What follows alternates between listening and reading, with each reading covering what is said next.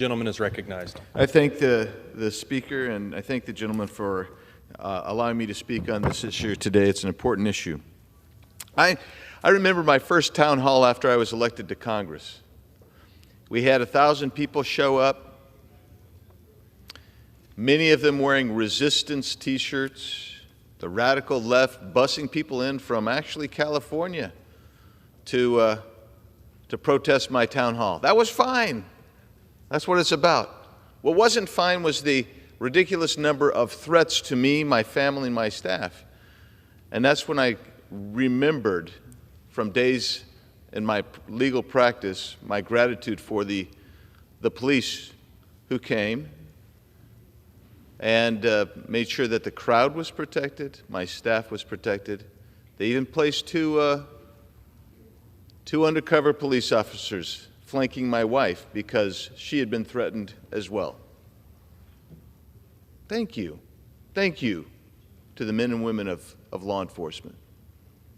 I thank the police chiefs and the rank and file in Apache Junction and in Mesa and Chandler and Gilbert and Queen Creek and Maricopa County.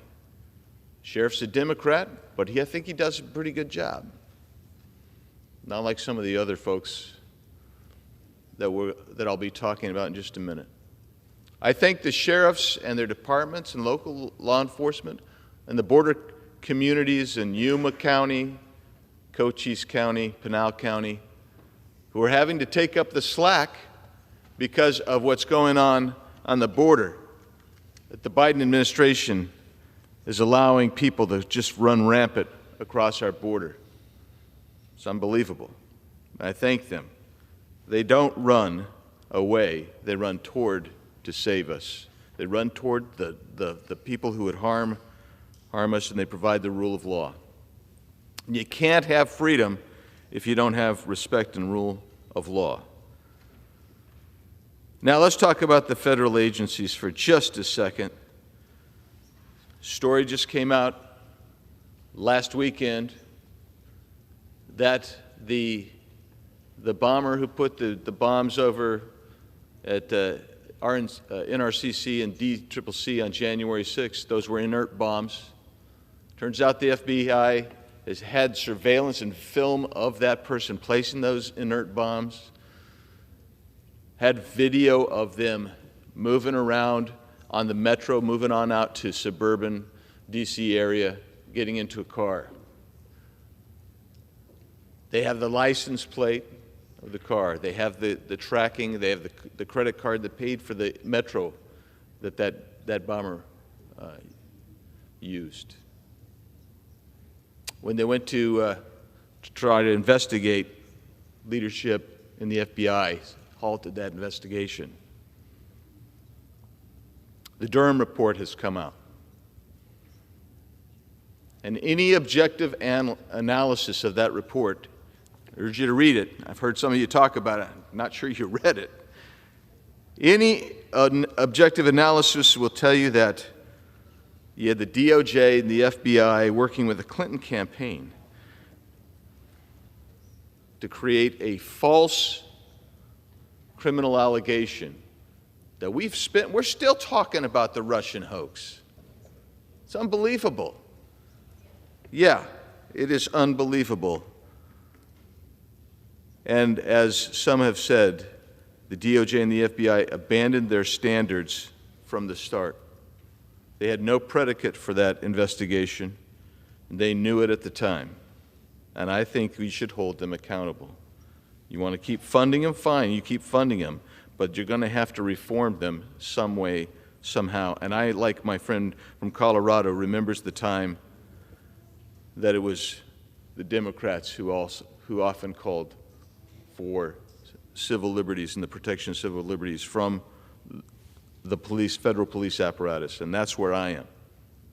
We've now come to a point where we have to protect our citizens from our own federal police apparatus. I will also get into this notion of federalizing the police. You can't simply always throw federal grant money at the local law enforcement. They will tell you, we are we view, at least in Arizona, when I talk to our friends in policing there, they'll tell you, we take this money with trepidation because the feds always want to take over. They don't understand, and I will just tell you, we don't understand what Seattle, why would you come to Congress and say, you control policing in Seattle, you control it in Phoenix, or you control it in the town of Gilbert? Why would we turn that over to the feds? That is too much. And now I just want to share some comments that we've heard over the last couple of years from some of my colleagues across the aisle. From the gentleman from New York, Mr. Nadler, with reducing the NYPD budget, stating, quote, there should be substantial cuts to the police budget and a reallocation of those funds to where we need them, close quote. The minority leader, asked on CNN, expressed his openness to defunding the police when he said, you have to look at that on a case-by-case basis. Cori Bush, she was the vice chair of the crime subcommittee. She said, it's not a slogan. Defunding the police is not a slogan. She said, it's a mandate for keeping our people alive. Defund the police. When she was challenged about that, she further said, quote, defund the police is not the problem. She continues to always double down on that. The gentlelady from New York, Ms. Ocasio-Cortez, also said, this is what happens when leaders sign blank check after blank check to militarize the police, CBP, etc., while letting violence go unchecked. We need answers. We need to defund. And when New York decided to cut $1 billion from their police force, Representative Ocasio-Cortez thought the cuts did not go far enough, stating, defund the police means defunding the police. Representative Jamal Bowman, he said, we don't need police with lethal weapons carrying out routine traffic stops. Reallocate police funding to unarmed traffic forces to remove even the possibility of state-sanctioned manslaughter. Representative Jayapal said it is completely reasonable for us to shift significant resources from law enforcement and investing in people, close quote.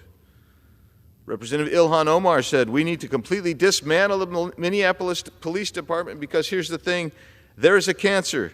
The Minneapolis Police Department is rotten to the root, and so when we dismantle, we get rid of that cancer. Representative Ayanna Pressley said the defund movement isn't new. Folks are just finally listening. Representative Tashida Tlaib said, when we say defund police, what we mean is people are dying and we need to invest in people's livelihoods instead. Yeah. So, don't tell me now that you can't vote for this resolution, which honors local police enforcement and condemns the defund police movement. Don't tell me that's idle rhetoric. That's real, that's sincere, and that ought to be what the position of this body is. And with that, Mr. Chairman, or Mr. Speaker, I'll yield back.